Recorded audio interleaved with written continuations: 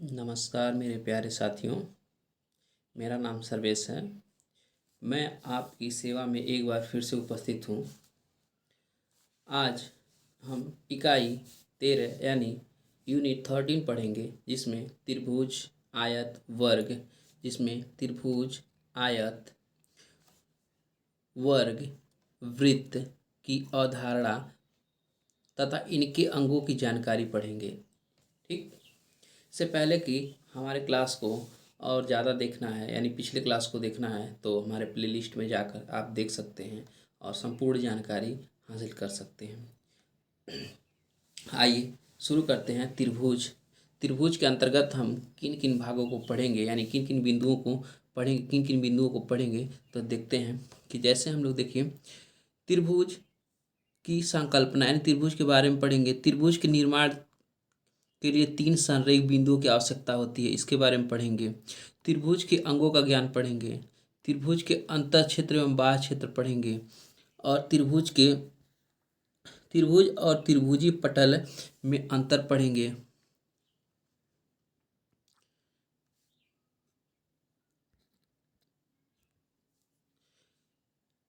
त्रिभुज के अंतः कोणों का योग पढ़ेंगे। त्रिभुज के प्रकार पढ़ेंगे। त्रिभुज की विशेषताएं पढ़ेंगे और त्रिभुज के शीर्ष, लंब, माध्यिकाएं, भुजाओं के लंबार्धक तथा कोणों के अर्धक के संगामी होने का संबोध भी पढ़ेंगे, यानी इसे भी पढ़ेंगे। लंब केंद्र, केंद्रक, परिकेंद्र, इसे भी पढ़ेंगे। ठीक। तो आइए स्टार्ट करते हैं कि इनके बारे में कैसे पढ़ा जाए। देखिए यहाँ पे कुछ जानकारियाँ लिखी हुई हैं। जैसे दिया हुआ त्रिभुज की पहचान करने के लिए श्यामपट्ट पर विभिन्न आकृतियाँ जैसे असमान भुजाओं से निर्मित पंचभुज, चतुर्भुज, त्रिभुज इत्यादि बनाएं। अब इन आकृतियों से त्रिभुज की आकृति की पहचान कराएं। यानी शिक्षक श्यामपट्ट पर 3 बिंदुओं को अंकित कराएं, जबकि 3 बिंदु संरेख होते हैं तथा तभी त्रिभुज की आकृति संभव है। जैसे कि कहा गया है कि कोई समतल बिंदु पे एक यहाँ बिंदु बना लीजिए, एक यहाँ बिंदु बना लीजिए और एक यहाँ बिंदु बना लीजिए। ठीक है, वही कहा ना, 3 बिंदु यहाँ पे देखिए, 3 बिंदु को अंकित करते हैं। अब इनको संरेख यानी एक दूसरे से मिला दीजिए, ऐसे ही मिला दीजिए। ठीक है, ऐसे ही मिला दीजिए। मिला दिया। अब जिस आकृति का निर्माण हुआ है वही क्या है, त्रिभुज है। यानी कुल मिला जुला के देखा जाए तो त्रिभुज बनाने के लिए हमको 3 बिंदु चाहिए और 3 रेखा चाहिए। 3 रेखा चाहिए, ये 2 3, ये रेखा चाहिए हमको और 3 बिंदु यानी 6 अवयव चाहिए हमको। ठीक है, आगे देखते हैं इसमें क्या कहा है कि इस प्रकार 3 संरेख बिंदु ए बी सी को आपस में मिलाने पर चित्रानुसार जो आकृति प्राप्त होती है उसे ए बी सी कहते हैं। प्राप्त त्रिभुज में 3 रेखाखंड ए बी बी सी और, यानी इस चित्र की बात कर रहा है कि इस चित्र में देखिए, इस चित्र में कैसे क्या किया है, कर रहा है कि ये 3 बिंदु हो जाएंगे। मान लीजिए ए बी, एक बिंदु ये हो गया, एक बिंदु ये हो गया और एक ये हो गया। कर रहा है कि यहाँ पे ए बी बी सी और सी ए रेखाखंड है। देखिए एक रेखाखंड ये है, एक रेखाखंड ये है और एक रेखाखंड ये हो गया। कह रहा है ये जो बना हुआ है ये त्रिभुज, इसको कह देंगे ऐसे में त्रिभुज ए बी सी, यानी त्रिभुज ए बी सी किससे बना हुआ है, ए बी रेखा से और बी सी रेखा से और ए सी या सी ए रेखा से बना हुआ है। ठीक है, त्रिभुज यहाँ देखिए, त्रिभुज त्रि प्लस भुज का अर्थ होता है 3 भुजाओं वाली आकृति। यानी त्रिभुज का मतलब होता है 3 भुजाओं वाली आकृति। देखिए इसमें 3 भुजा है ना, 1 2 3, 3 भुजा दिख रही है ना। त्रिभुज का मतलब होता है कि 3 भुजाओं वाली आकृति, 3 भुजाओं से घिरा आकृति। ठीक, और ये देखिए किसी समतल में स्थित 3 संरेख बिंदु को मिलाने पर बनी आकृति को त्रिभुज कहते हैं। ये भी नोट कर लीजिए, ऊपर हमने बताया है किसी समतल कि समतल में स्थित तीन संरेख बिंदुओं को आपस में जब मिलाइएगा तो किसका निर्माण होगा, एक त्रिभुज का निर्माण होगा। ठीक, एक बात ये भी ध्यान दीजिए, यहाँ पे देखिए इस प्रकार तीन भुजाएं और तीन कोण मिलकर 6 भाग का अवयव हैं। देखिए 6 भाग का अवयव हैं, देखिए यहाँ पे और अच्छे से दिखा देते हैं कि यहाँ 6 भाग का अवयव है। देखिए ये कोण हो गया, एक कोण यहाँ हो गया, एक यहाँ हो गया और एक यहाँ कोण हो गया, 1 2 3 और एक भाग ये, एक भुजा ये, एक भुजा ये, एक भुजा ये, 3 भुजा ये और 3 कोण, 6 क्या हुआ कि इसका 6 अवयव हो गया, 6 अवयव हो गया। ठीक है, वही दिया हुआ है कोण ए और कोण बी, आप इसे कोण ए लिख सकते हैं, इसे कोण ए लिख सकते हैं, कोण बी लिख सकते हैं और इसे कोण सी लिख सकते हैं। ठीक है, आइए ध्यान देने योग्य बातें क्या है। त्रिभुजीय आकार को घेरने वाली तीन भुजाएं, त्रिभुजीय आकार को घेरने वाली तीन भुजाएं और तीन शीर्ष ही त्रिभुज हैं। त्रिभुज से घेरा हुआ तल त्रिभुज नहीं है, यानी जो घेरा हुआ तल है ये त्रिभुज नहीं है, ये त्रिभुज नहीं है। ठीक है, त्रिभुज यही त्रिभुज है, ये जो दिख रहा है केवल यही त्रिभुज है। ठीक, यही त्रिभुज है, घेरा हुआ तल नहीं, ये त्रिभुज नहीं है अंदर का। ठीक, आइए आगे बढ़ते हैं, उम्मीद कर रहा हूँ कि समझ में आ रहा होगा आप लोगों को। आइए आगे देखें,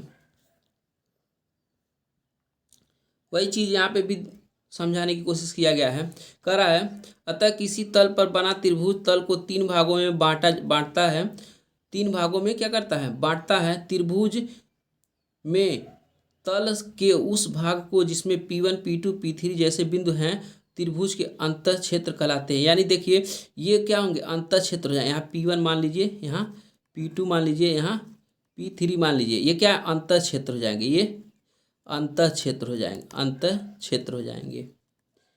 ठीक, उसी और ये जो है ये बाहर का क्षेत्र हो जाएगा, ये क्या हो जाएगा, ये बाहर का क्षेत्र हो जाएगा, ये भी बाहर का क्षेत्र हो जाएगा, यहाँ पे नीचे भी क्या हो जाएगा, बाहर का क्षेत्र हो जाएगा। ठीक, बाह्य क्षेत्र जिसे बोलते हैं। फिर वही कहा गया है त्रिभुज से घिरा हुआ नहीं है, जो त्रिभुज से घिरा हुआ नहीं है यानी MNF बिंदु उसे त्रिभुज का बाह्य क्षेत्र कहते हैं। यानी MNF जो है ये वाला और ये वाला, ये त्रिभुज का बाह्य क्षेत्र है। ठीक है, आइए आगे बढ़ते हैं। यानी कहा गया है इस त्रिभुज में, देखिए इस त्रिभुज में कह रहा है कि त्रिभुज में तल के उस भाग को जिसमें PQRS से अनगिनत बिंदुएं स्थित हैं त्रिभुज कहते हैं। यानी देखिए ये मेन चीज़ ये होना चाहिए हमारा, यहाँ होना चाहिए और यहाँ ये होना चाहिए, यहाँ ये होना चाहिए। इस पे इस लाइन पर कितना भी बिंदु आप लगा सकते हैं। ठीक है, कितना भी बिंदु ये लगा सकते हैं। ठीक है, आप यहाँ से एक त्रिभुज ये भी बना सकते हैं, एक त्रिभुज ये भी बना सकते हैं। ठीक है, ये भी त्रिभुज बना सकते हैं। इस तरह से 3 बिंदुओं का संरेख के ही त्रिभुज होगा। ठीक, जैसे यहाँ देखिए त्रिभुजीय पटल की बात कहा गया है, त्रिभुज और त्रिभुजाकार क्षेत्र मिलकर त्रिभुजीय पटल बनाते हैं। यानी त्रिभुज और त्रिभुजाकार क्षेत्र, ये देखिए ये त्रिभुज है, ये ABC त्रिभुज है और ये वाला जो भाग है, ये वाला जो भाग है, ये जो भाग है वो क्या है, त्रिभुजी क्षेत्र है।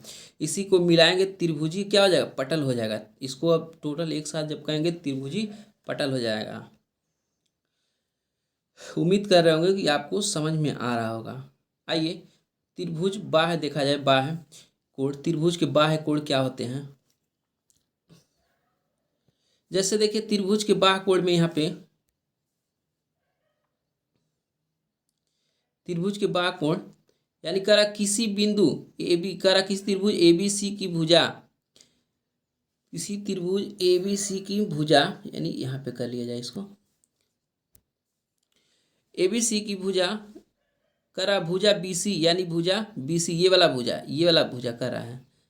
ठीक है, भुजा BC को बढ़ाने पर बने कोण ACD, अगर इसको बढ़ाएंगे तो ये क्या हो जाएगा, ये सीधा और इधर चला जा रहा है, क्या कर रहा है, फिर ये त्रिभुज है पहले से ही, मान लीजिए बना के फिगर में दिया हुआ है, ये त्रिभुज है। ठीक है, ये त्रिभुज, ठीक, और इसी बिंदु रेखा को आगे बढ़ा दिया गया है। फिर वैसे ही करा है कि ए बी जो है ये ए सी यहाँ पे है, इसको आगे बढ़ा दिया जाएगा तो ई वाला प्राप्त हो जा रहा है हमको। ठीक, अब यहाँ पे देखिए कोण ए तथा कोण ए तथा कोण बी, कोण सी ए बी तथा कोण ए बी सी, फिर लिखा हुआ कोण ए सी डी समपेज अंतःकोण। यानी कुल मिला कर आप ये कह सकते हैं ये वाला कोण, ये वाला कोण और ये कोण, यानी कोण ए प्लस कोण बी बराबर आप लिख सकते हैं कोण ए सी डी आप लिख सकते हैं। ये वाला कोण ये वाला बराबर इसके कोण के बराबर होगा। ठीक, उसी तरह से आप इधर भी लिख सकते हैं कोण ए प्लस कोण बी बराबर लिख सकते हैं आप कोण बी सी ई। ठीक है, ये कोण बराबर हो जाएगा, ये भी इन्हीं के बराबर होगा। ठीक है, आइए दूसरा देखते हैं। वही चीज़ यहाँ लिख के दिया हुआ है जो हमने ऊपर समझाया है। ठीक है, ये सब क्या है, अभिमुख कोण के योग के बराबर होंगे। ये क्या होंगे, अभिमुख कोण के योग के बराबर होंगे। देखिए अभिमुख कोण के योग के बराबर हो जाएंगे, यानी ऊपर हमने यही समझाया है कि रेखा कोण ए सी डी और बराबर हो जाएंगे कोण ए सी ई, और ये बराबर हो जाएंगे कोण ए और कोण बी के प्लस कोण बी के। ठीक है, इस तरह से आप कह सकते हैं कि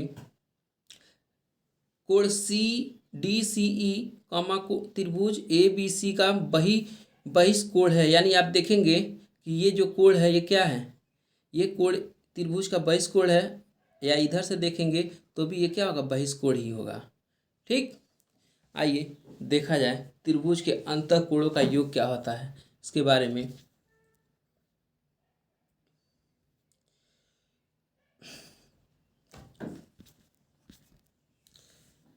आपको पता है कि त्रिभुज का अंतःकोण कितना होता है, देखिए कैसे होता है।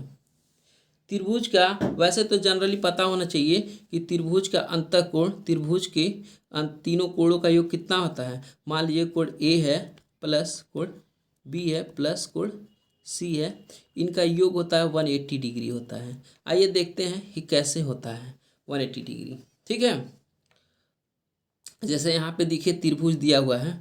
ठीक है, ये त्रिभुज करा, इनके बीच कोई स्थान रिक्त हो, इस प्रकार तीनों कोणों को मिलाकर एक रिज कोण पता ही है 180 डिग्री का होता है, PQR बनता है। जैसे मान लीजिए एक त्रिभुज है, इसको यहाँ से यहाँ कोण, ये कोण बताया गया, यहाँ कोण है, यहाँ कोण है और यहाँ कोण है। अब इसको क्या किया, कट किया गया, यहाँ से ये कट किया गया है, यहाँ से इसको ये कट किया गया है। ठीक, अब देखिए एक तीनों ये वाला भाग, ये वाला भाग, ये वाला भाग एक साथ रखा गया। देखिए इसको अलग पहले किया गया है, अलग किया गया, तीन भागों में अलग कर दिया गया है। अब देखिए इसको क्या किया गया है, तीनों को एक जैसे कर देगा, कोण को जो कोण है उनको मिलाएगा। जब कोण मिला रहा है तो देखिए तीनों कोण का ये तीसरे भाग का है, यानी ये वाला भाग है, और इधर साइड में ये वाला भाग यहाँ आ गया है, और ऊपर वाला भाग ये है। ठीक, अब देखिए इसको जैसे ही मिलाएंगे तो ये एक समतल रेखा में आ जा रहा है। क्या हो जा रहा है, एक समतल रेखा में आ रहा है। देखिए एक, और ये एक अर्धवृत्त का निर्माण कर रहा है, और अर्धवृत्त जानते ही आप, ये रिजु पे बन रहा है, यानी रिजु कोण, और रिजु कोण कितना होता है 180 डिग्री का होता है। ठीक है, इस तरह से ये हम फाइंड कर सकते हैं। ठीक है, इसको और शॉर्ट में लिखना है तो कोण ए प्लस कोण बी, यानी कोण ए ये वाला और कोण 2 ये वाला और कोण 3 ये वाला बराबर कितने होंगे, 180 डिग्री के हो जाएंगे। क्या हो जाएंगे, 180 डिग्री के हो जाएंगे। ठीक, आइए देखते हैं त्रिभुज के प्रकार, कि त्रिभुज के प्रकार कितने होते हैं, इसको देखा जाए। ठीक,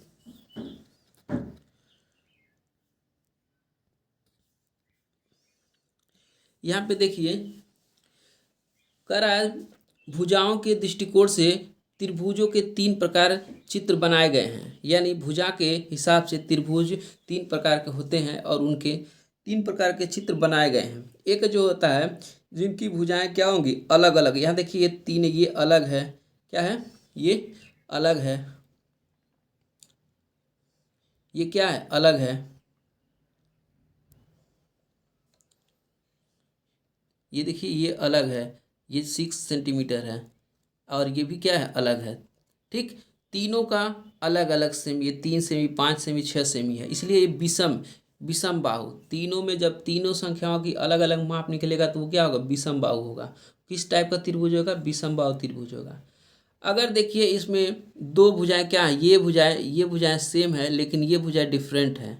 ठीक है, यानी दो भुजाएं जब सेम होगा तो समद्विबाहु होता है, समद्विबाहु त्रिभुज। समद्विबाहु में ध्यान से देखेंगे तो सम मीन्स समान, दी मीन्स दो, भुजा भुजा। ठीक है, सम मीन्स समान, दी मतलब दो, और भुजा यानी देखिए इसमें समान दो भुजाएं, जिनकी दो भुजाएं समान होंगी वो क्या होंगी, समद्विबाहु। यहाँ देखिए तीन भुजाएं क्या हैं, समान हैं। ये भी समान है, ये भी 5 सेंटीमीटर, ये भी 5 सेंटीमीटर, तीनों भुजाएं समान हैं, तो इसे हम क्या कहेंगे, देखिए इसे हम क्या कहेंगे, समभुजा, समबाहु, समबाहु त्रिभुज। सम मीन्स समान, बाहु मीन्स भुजा, समान भुजा वाले त्रिभुज। ठीक है, समान भुजा यानी 5 सेमी इसका है, 5 सेमी इसका है, 5 सेमी इसका, यानी कोई भी अंक दिया रहेगा वो भी समान होगा तो समबाहु त्रिभुज का होगा। ठीक, आइए देखते हैं दूसरा।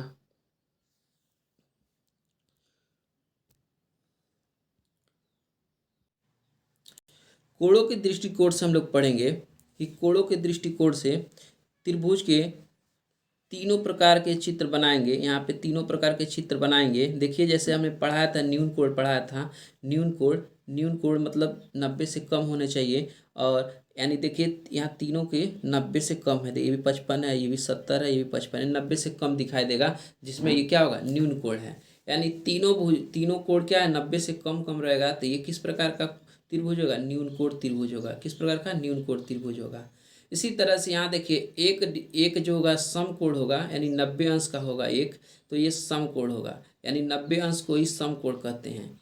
एक हमारा 90 अंश का होना चाहिए, बाकी ये कुछ और बने, ये कुछ और बने तो कोई दिक्कत नहीं है, लेकिन एक हमारा यहाँ पे 90 डिग्री का कोण बनना चाहिए, उसे हम समकोण त्रिभुज कहते हैं। ठीक, जिसमें एक कोण 90, जिस त्रिभुज में एक कोण 90 अंश का बनता है, बाकी कोई अलग अलग ही बाकी दो कोणों का मान अलग अलग होता है, क्या है वो, समकोण त्रिभुज होता है। ये अधिक कोण होता है, अधिक कोण मीन्स 90 डिग्री से ज़्यादा। क्या देखिए यहाँ 90 डिग्री आ रहा है और 90 डिग्री से इधर ज़्यादा यानी 110 है, तो ये क्या हो जाएगा, अधिक कोण। ठीक है, 90 से ज़्यादा जिसमें रहेगा ये अधिक कोण रहेगा। ठीक है, अब यहाँ कुछ 30 होगा या 45 होगा, जो भी कुछ आ सकता है, यानी टोटल हमको 180 इसमें भी आएगा, 180 इसमें भी आएगा, तीनों कोणों का माप, और 180 इसमें भी आएगा। ठीक है, इसके पहले हमने किस तरह न्यून कोण किस प्रकार होता है, सम कोण क्या किस प्रकार होता है, अधिक कोण किस प्रकार होता है, इस प्रकार के सब हम बता चुके हैं। आप नहीं देखे हैं तो पिछले क्लास को जाके देख लीजिए। ठीक, आइए देखते हैं अगले प्रश्न को, अगले रूल को देखा जाए। त्रिभुज की कुछ विशेषताएं होती हैं, उन विशेषताओं को हम लोग देखा जाए। देखिए त्रिभुज की क्या विशेषताएं होती हैं। त्रिभुज की विशेषताएं, यदि त्रिभुज, यहाँ देखिए, यदि त्रिभुज की दो भुजाएं बराबर न हो तो बड़ी भुजा के सामने का कोण छोटी भुजा के सामने के कोण से बड़ा होता है। मतलब समझ में आया, नहीं आया होगा। चलिए इसे चित्र बना के हम देखते हैं। त्रिभुज की कह रहा है, यदि किसी त्रिभुज की दो भुजाएं बराबर न हो तो बड़ी भुजाएं, यानी दो भुजाएं बराबर नहीं हैं। चलिए देखते हैं, दो भुजाएं बराबर न हो, मान लीजिए ये कुछ और है, ये कुछ और है। ठीक है, ये मान लीजिए 3 है, ये 4 है, और ये 5 सेंटीमीटर है। ठीक है, कर रहा है तो बड़ी भुजा के सामने वाला कोण छोटी भुजा के सामने वाले कोण के से बड़ा होता है। बड़ी भुजा ये है, बड़ी भुजा ये है, तो इसके सामने वाला कोण क्या यहाँ पे बनेगा, कह रहा है तो बड़ी भुजा के सामने का कोण, ठीक है, और छोटी भुजा के सामने का कोण, छोटी भुजा का सामने का कोण ये है, भुजा के सामने के कोण से बड़ा होता है, यानी से बड़ा होता है। ये क्या होगा, ये बड़ा होगा। ये क्या होगा, ये बड़ा होगा। ये वाला बड़ा होगा कोण, ये कोण बड़ा होगा। समझ में आया। उसी तरह से यहाँ भी देख लीजिए, इसको कट करते हैं, दूसरे बनाते हैं। उसी तरह से दूसरा वाला देखिए फिगर रूल। यदि किसी त्रिभुज के दो कोण आसन्न हो तो बड़े कोण के सामने के की भुजा छोटे कोण के सामने की भुजा से बड़ी होती है। यानी उसी के विपरीत है। ये कह रहा है यदि त्रिभुज के दो कोण असमान हैं, दो कोण क्या हैं, दो कोण, यहाँ दो कोण है और वहाँ दो भुजाएं हैं, ठीक है, असमान हो तो बड़े कोण के सामने की भुजा, मान लीजिए ये क्या है, ये त्रिभुज है, ठीक है, ये एक है, एक मान लीजिए, यहाँ दो मान लीजिए, यहाँ तीन मान लीजिए, कोण है, ठीक।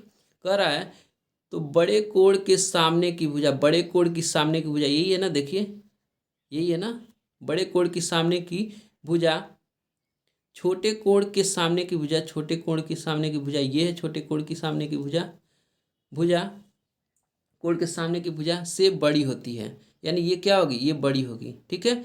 ये वाला क्या होगा, हमारा बड़ा भुजा। मान लीजिए इसको 5 हो गया तो ये क्या हो जाएगा, ये 1 हो गया, ये 2 हो गया, सॉरी ये किसको मान लेते हैं, 4 मान लेते हैं, इसको 3 मान लेते हैं, ठीक है। इस तरह से ये हो जाएगा। आइए दूसरे तरह से फिर देखा जाए, दूसरा रूल देखा जाए। दूसरा यानी तीसरा देखा जाए नंबर। इसमें कह रहा है कि किसी त्रिभुज की दो भुजाओं का योगफल सदैव तीसरी से भुजा से बड़ा होता है। यानी ये त्रिभुज है, क्या है, ये त्रिभुज है, ठीक है। कह रहा है कि मान लीजिए ये 1 है, ये कितना है, ये 3 है, ये कितना है, 5 है, मान लीजिए ये 4 है, 1 2 मिनट।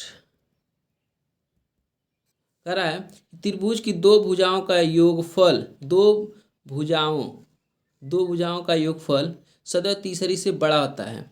मान लीजिए इसका क्या होता है, इसका 5 है, इसका 3 है, इसका 4 है। तो देखिए 3 प्लस 4 को जोड़ेंगे तो कितना हो जाएगा, आप बताइए फटाक दे, 7 हो जाएगा। तो देखिए इससे बड़ा निकला कि नहीं हुआ, इससे बड़ा, इन दोनों को जब जोड़ेंगे तो इससे बड़ा हो जाएगा। उसी तरह इसको देखा जाए, समकोण त्रिभुज में कर्ण का वर्ग शेष भुजाओं के वर्ग के योग के बराबर होता है। इसे भी देखा जाए, आइए इसे भी देखते हैं, इसे इरेज कर लेते हैं।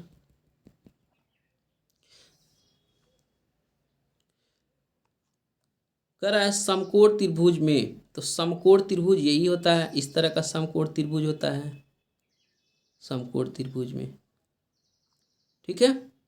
यहाँ पे ऐसे दिखा देते हैं समकोण त्रिभुज। कह रहा है कि त्रिभुज में कर्ण का वर्ग शेष भुजाओं के वर्ग के बराबर होता है। मान लीजिए इसका नाम ए है, इसका नाम बी है, इसका नाम सी है। ये क्या हमारा कर्ण हो गया, कर्ण हो गया, ठीक है। इसके कर्ण का स्क्वायर लिख देंगे यहाँ पे, कर्ण का स्क्वायर बराबर ए बी का स्क्वायर प्लस बी सी का स्क्वायर, ये सी है तो बी सी का स्क्वायर, पाइथागोरस थ्योरम जिसको बोलते हैं, उसी टाइप उसी को कहता है। तो ये देखिए इस तरह से इसको सॉल्व कर देंगे तो ये आ जाएगा। इसका कहने का मतलब यही है। आइए पांचवा वाले देखा जाए। त्रिभुज की दो भुजाओं के मध्य बिंदुओं को मिलाने वाले रेखाखंड तीसरी भुजा के समांतर और लंबाई में उसका आधा होता है। यानी त्रिभुज की दो भुजाओं के मध्य, ये त्रिभुज है, ये कि दो भुजाओं के मध्य, यानी एक भुजा ये है, एक भुजा ये है, दो भुजाओं को त्रिभुज के मध्य बिंदुओं को मिलाने वाली रेखा, यानी ये देखिए जब आप इसमें से इसको ऐसे लेके जाएंगे, मध्य बिंदु मिलाएंगे, ठीक है, इधर से ये लेके आएंगे, इधर से ये लेके जाएंगे, ठीक। करा खींची गई रेखा तीसरी भुजा को उसके मध्य बिंदु पर काटती है। तीसरी भुजा के यानी देखिए सबको ये मध्य बिंदु पे काट रहा है, सबको यहाँ भी मध्य बिंदु, इस भुजा को मध्य बिंदु पे काट रहा है, यहाँ भी ये मध्य बिंदु पे कट रहा है, यहाँ भी ये मध्य बिंदु पे कट रहा है। यानी किसी एक पे लीजिए या तीनों भुजाओं को लीजिए तो मध्य बिंदु पे ये कट कर रहा है। ठीक है। छठवां देखिए, त्रिभुज की एक भुजा के मध्य बिंदु में, त्रिभुज की एक भुजा के मध्य बिंदु से एक अन्य भुजा के समांतर खींची गई रेखा तीसरी भुजा को उसके मध्य बिंदु पर है प्रतिच्छेदित करती है। यानी एक बार और इसे देख लिया जाए। कह रहा है त्रिभुज की एक भुजा, मान लीजिए यहाँ त्रिभुज बना लीजिए, त्रिभुज की एक भुजा मध्य बिंदु से, मध्य बिंदु मान लीजिए यही है इसका, यहाँ मध्य बिंदु से एक अन्य भुजा के मध्य बिंदु पर खींची गई। देखिए यहाँ मध्य बिंदु से एक अन्य भुजा के मध्य बिंदु पर खींच दिए रेखा तीसरी भुजा को उसके मध्य बिंदु पर प्रतिच्छेदित करती है। यानी यहाँ देख लीजिए ये तीसरी भुजा ही इसको मान लीजिए और यहाँ पे क्या कर, इसको मध्य बिंदु पे प्रतिच्छेदित कर रही है। एक बार फिर से देखते हैं, एक भुजा के मध्य बिंदु से एक अन्य भुजा के समांतर, सॉरी एक अन्य भुजा के समांतर, ये देखिए इस भुजा के समांतर लेके जाएंगे हम लोग, यहाँ से एक भुजा लेते हैं और इस भुजा के समांतर लेके जाएंगे, इस भुजा के समांतर लेके जाएंगे। ठीक है। और जब इसके समांतर लेके जाएंगे तो इस वाले को मध्य बिंदु पे क्या कर रहा है, इसको बीचों बीच से कट कर दे रहा है, इसको बीचों बीच से, और ये दोनों क्या है, ये दोनों समांतर हैं, ये दोनों समांतर हैं, मध्य बिंदु पर प्रतिच्छेद करती है। उपर्युक्त यहाँ देखिए कुछ इसी तरह के दिए हुए हैं फिगर बना के, देखिए इस तरह का फिगर हम आपको ऊपर बना के दिखाए हैं। यहाँ पे देखते हैं इस प्रकार केंद्रक माध्यिका के संगत बिंदु केंद्र कोण के अर्धक का संगम बिंदु परिकेंद्र पर क्रियाकलाप, यानी मिला जुला कर आपको ये कह रहा है कि आप यहाँ से इसको मिलाएंगे, जब यहाँ से जब इसको लेके जाएंगे और इसको इस कोण से यहाँ से लेके आएंगे, ठीक है, और इस कोण से यहाँ से लेके जाएंगे ऐसे, तो जहाँ भी ये तीनों बिंदु एक दूसरे को प्रतिच्छेद करती हैं वही केंद्र होती हैं। क्या होती हैं, ये केंद्र होती हैं, केंद्र होती हैं। ठीक है। लंब के यानी ये यहाँ से इस पे भुजा पे लंब डाला गया है, यहाँ से इस भुजा पे लंब डाला गया है। ठीक है। यहाँ क्या है, इस कोण से इस पे लंब डाला गया है, ये लंब डाला गया और बी से ये लंब आया है। ठीक है, ये लंब केंद्र है। इसी तरह से हम आगे भी पढ़ेंगे, क्लास लंबा हो जाएगा इसलिए हम बाकी के हम पढ़ेंगे, आयत के बारे में पढ़ेंगे अगले क्लास में। तब तक के लिए जय हिंद। क्लास अच्छा लगे तो लाइक सब्सक्राइब एंड शेयर करते रहिए। आप लोगों की सपोर्ट मुझे बहुत ज़रूरत है। बाय।